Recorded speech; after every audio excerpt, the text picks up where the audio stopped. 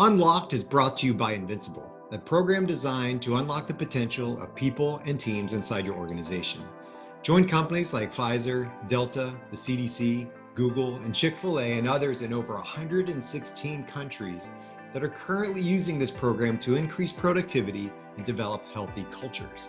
Access hundreds of hours of content that is accessible anytime, anywhere. And finally, use real-time data to understand the health of every team inside your organization, which teams are performing and which ones aren't. Then understand the why behind that performance. Get free access to Invincible for 30 days by visiting www.giant.tv/30days. Hi, welcome to another episode of Unlocked. I am Scott, and here we talk about unlocking the potential of organizations and people. And here today we have Alaa Garad, and he has written yet another book. He wrote 2 books in Arabic years ago, and he has written 2 more books in English. One of them has just been released, and it's all about having a learning-driven business. And what does that mean? Learning-driven business. So it's all on this premise. And Alaa starts out talking about how learning is a choice. Okay? It's a choice. And we have to choose whether we're going to learn. And he says something pretty interesting in this interview too. He said something like, it was around the idea of not many of us on our to-do list every day will write down, I'm going to learn something new today.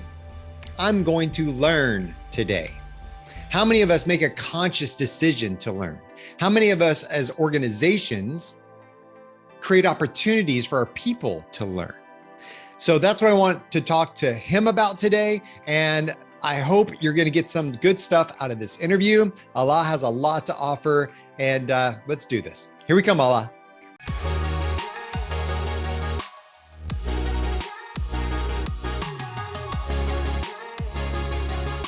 All right, let's do this. How are you today, Mr. Alaa? Thank you. All good, Scott. All well. Thank you very much for having me. Good. Well, congrats on the new book. It launched here in the States just a few days ago, and but it released in May in your area of the world, over in Europe. And so super excited to talk to you about this, the learning-driven business.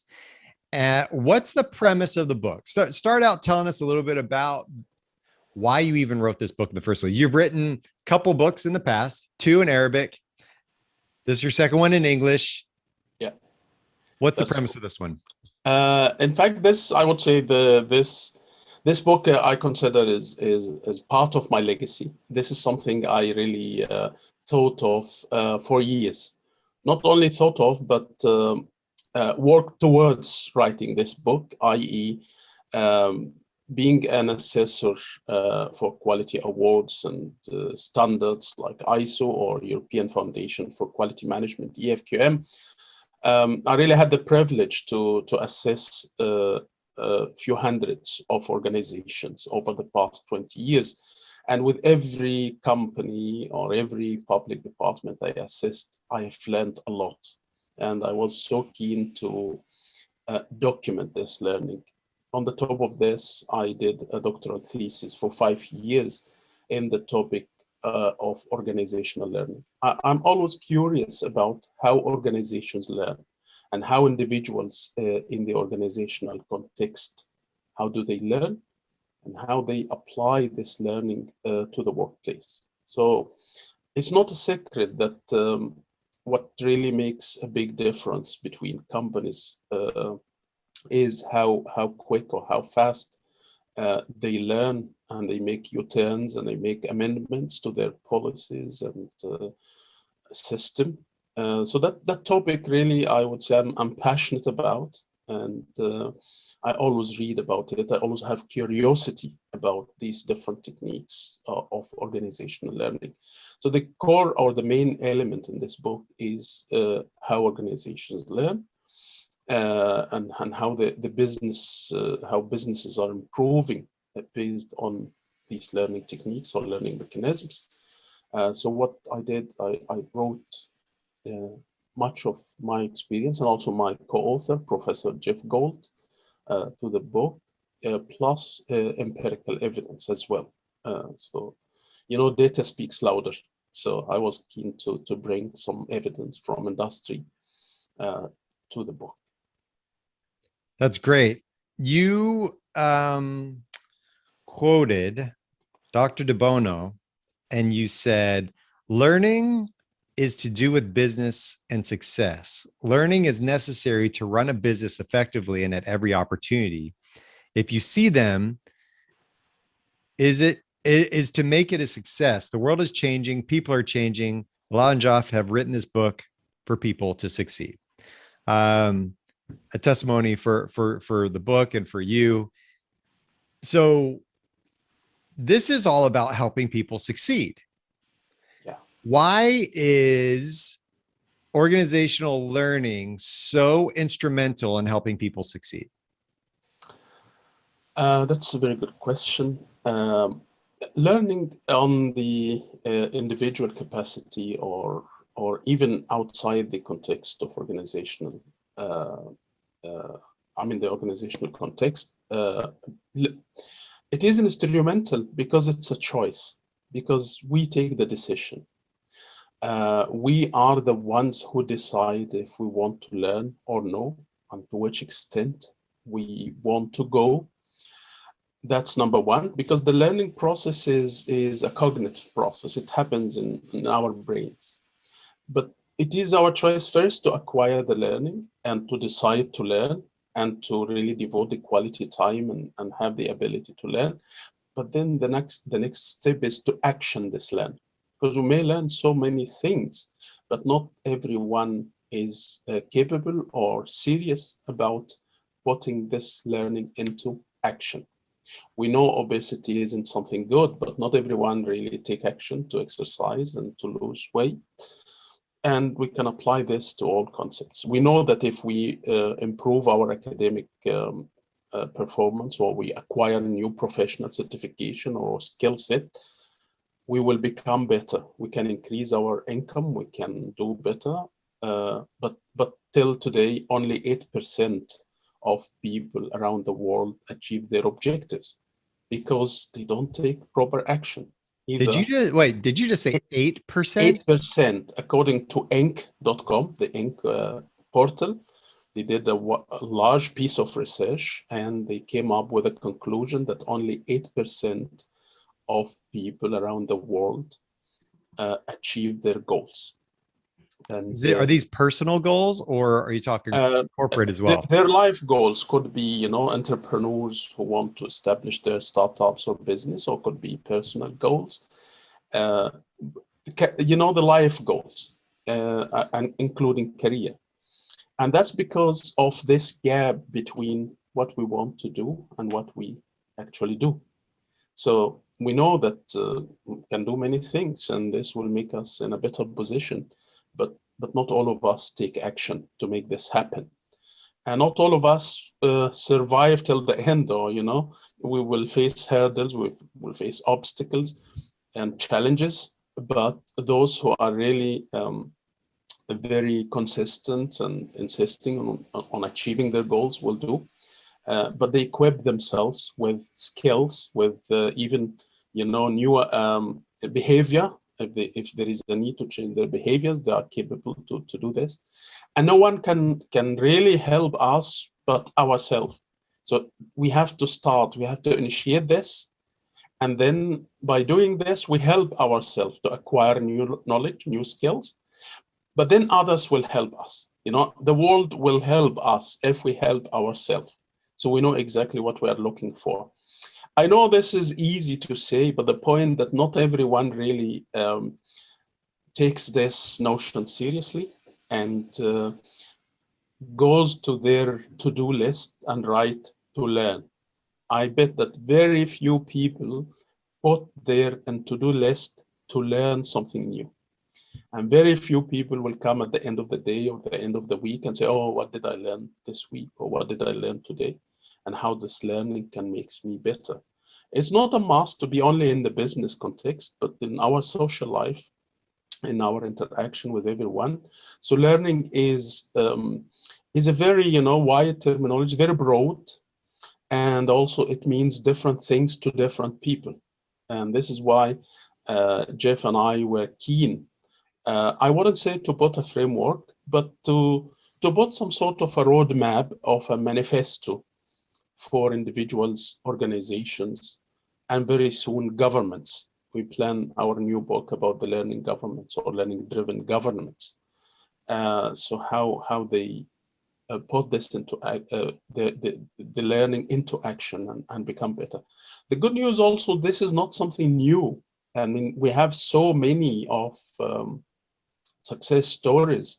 We have so many of case studies and use cases for individuals, organizations, and governments that learn and improve their performance through learning. In fact, they didn't need to do really massive financial investment because thanks to the technology, we have overflow of resources and tools that we can use to improve our learning curve.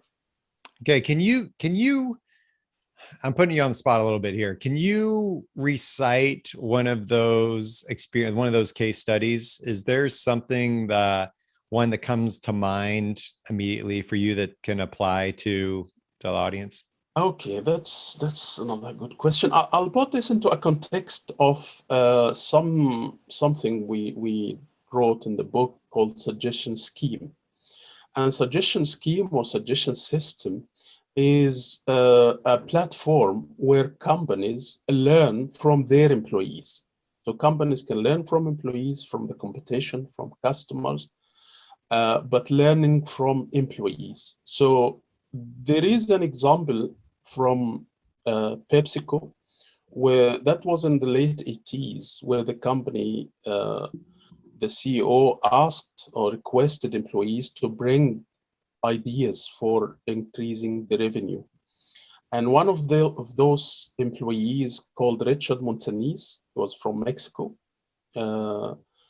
Richard's book was published on the same day with my book on 13th July. He has a book now. Nice. Okay, cool. Richard was a janitor on $4 an hour, but he always was in search of a Latino sauce. He likes spicy sauces. And PepsiCo had a company that manufacture or produce Cheetos. Have you come across Cheetos? I've had a couple of Cheetos in my life. Yes.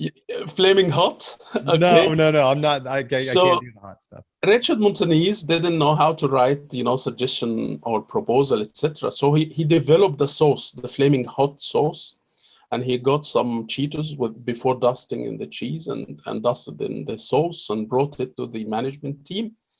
And that idea and that Cheetos flaming hot, that product, bringing $19 billion to Lay's Frey.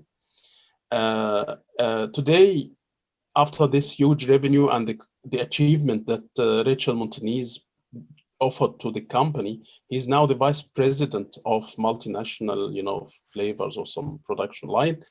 And he's a PhD holder, and he published a book called Flaming Hot, told his story. And now Eva Longoria is producing a film about him.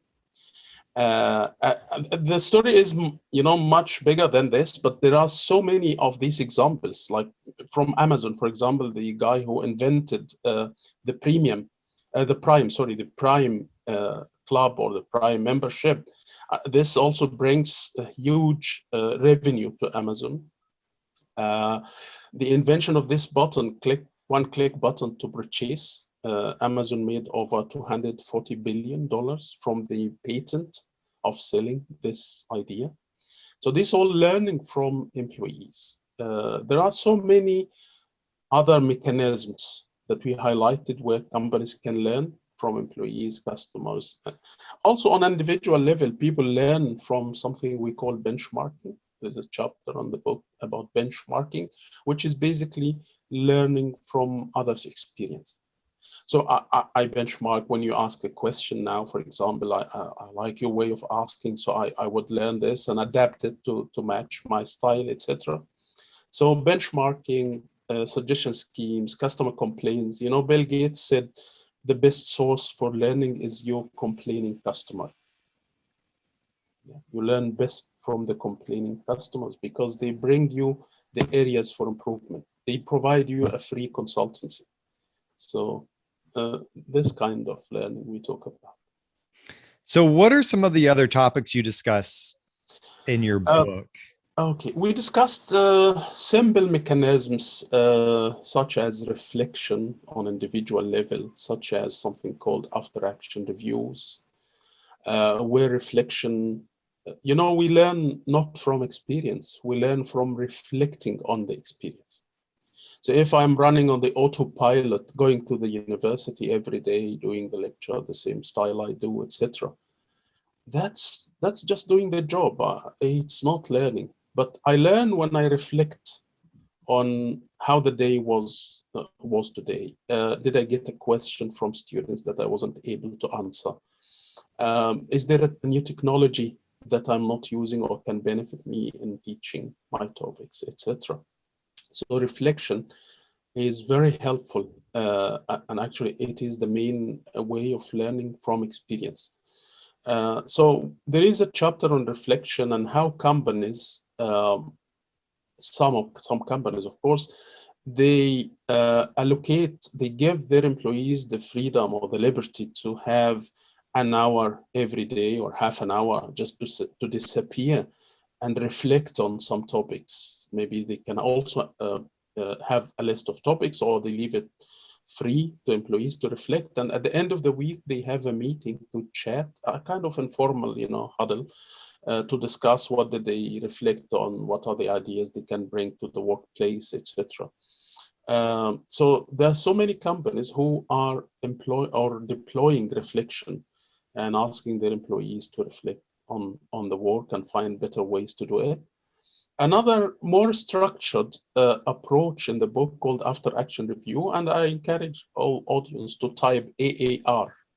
AAR, if you type this in Google or YouTube, you'll find an abundance of material and success stories from Australia, the civil defense and fire stations from the United States, from everywhere about, and this actually came from the US Army After Action Review. This approach was invented in the Army in 1992, where after every incident or every phase of the project, the team on spot immediately, they sat together and asked few questions. What was supposed to be done? What actually done or happened? Why what happened has happened? What went right? What went wrong? Why it went wrong? And what to do next time? It can be only 4 questions or 7 questions, but it is just about asking what were supposed to be done or what's supposed to happen, and what actually happened, and where is the gap, and why this gap there, and what do we learn from this gap. Not who did the mistake, or it's not a mechanism to blame people or corner them, but to identify the lessons learned. And in the US Army, they have a center called COLE, Center for Army Lessons Learned. It's available, it's in the public domain and available for civilians. And many companies, they visit the center and they benchmark with, and they deploy this mechanism after action review.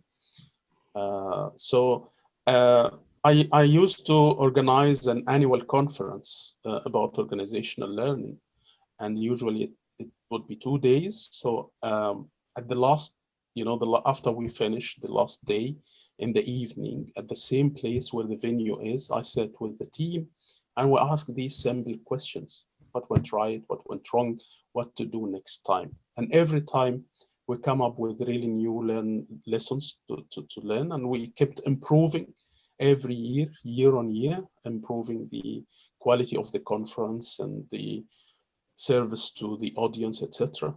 So this is a practice, literally doesn't require any training or anything. Just we can watch some videos on YouTube or in the public domain. There's a professor called David Garvin in Harvard University.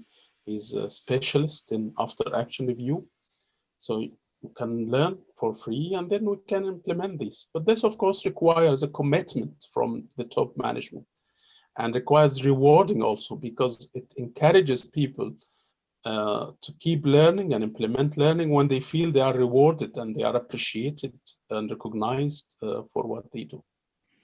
Workplace culture is something that is very relevant. I love your definition of workplace culture. You talk about hardware, software.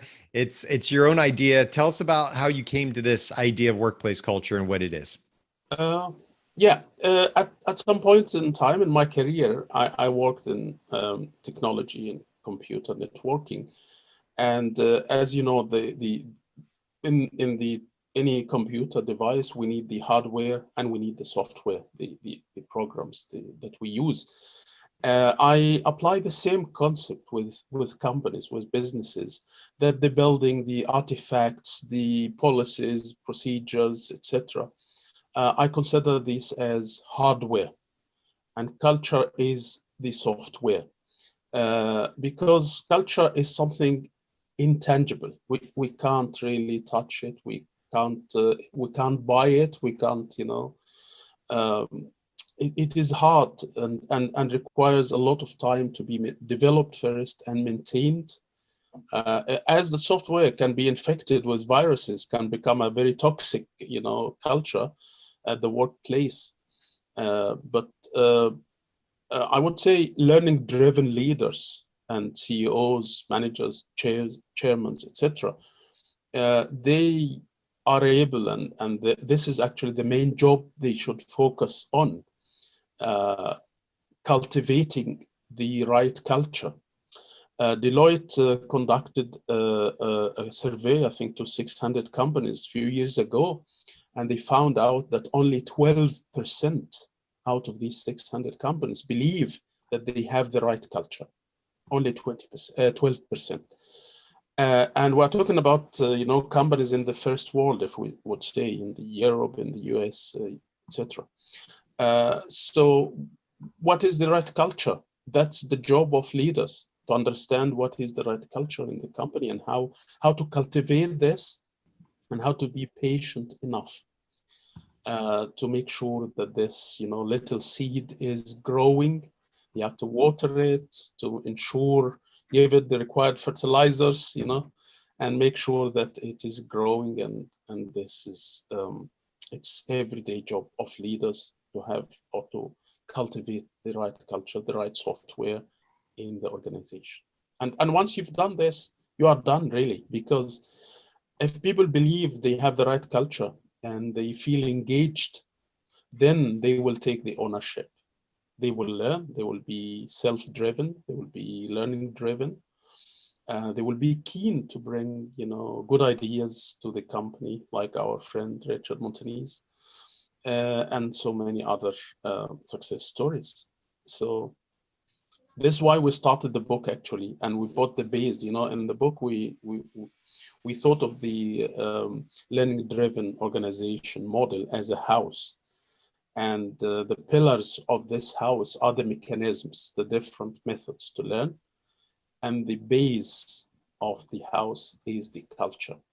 So no matter how strong the pillars are, without having a proper solid base, the pillars are useless. So culture is crucial. I have a little analogy I use that's similar to that, right? It's that foundation. It's sometimes, you can't see it. It's underneath the house. It's under the ground, right?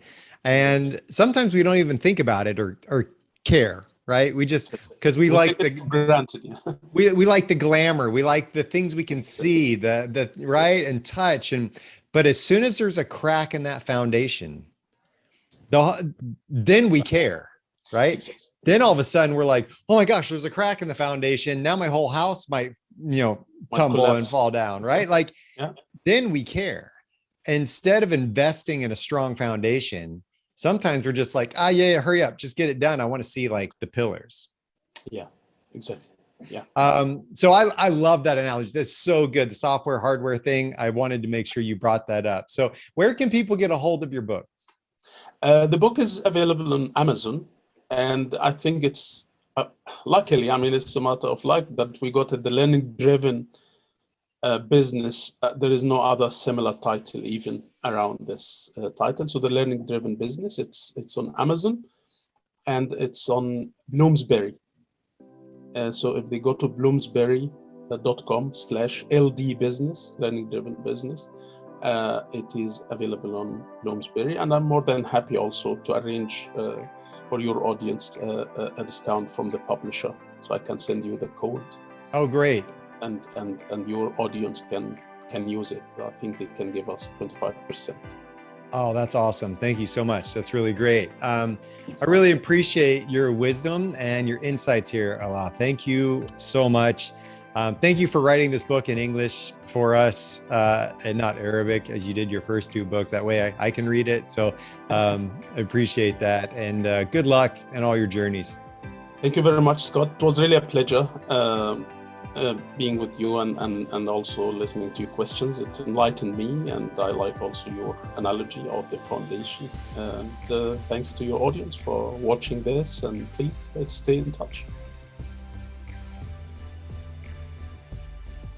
I love a few of the examples that he mentioned in here about Pepsi and the employee that came with this idea of the flaming hot Cheetos, which I will also not eat because they're too spicy for me. Yes, I'm one of those. And then we've got the other individual from Amazon who came up with this idea of Prime membership, right? Have you ever heard of that? I think many of you have. This premise of learning. How do we learn as organizations? Sometimes it's from our internal staff, sometimes it's from other organizations, sometimes it's from history. There's all types of ways to learn. And I love the principle of this. He says, we don't learn by experience. Many of us would go, what? Of course I learn from experience. I learn from every experience I have. But he says, no, we learn from the reflection on those experiences. It's one thing to go through the experience. It's one thing to have the experience, but it's another thing to reflect back on that experience and think, what can I take away from that? What can I do better next time? What did I learn? What went well? What didn't go so well? Sorry about that. The principle of learning, of reflection, of understanding what we can build on is really, really vital. The hardware, the software, hardware, the procedures, the principles, the processes, the software, culture. Toxic culture is like having a virus in your software that is creating a toxic environment for your system to actually work. It won't function. They won't. And that principle is awesome. So thank you, Alaa, for being on the show today. Thank you for listening. If you want to learn more about me, go to scotwaldron.com. You can find my YouTube channel, and there's lots of interviews there. There's lots of learning tools there to help you in your journey of being a healthier person all around, leader, and individual outside of work. So I hope that you will take some of those tidbits and apply them to life. Thank you, everybody, for being here. This has been another episode of Unlocked.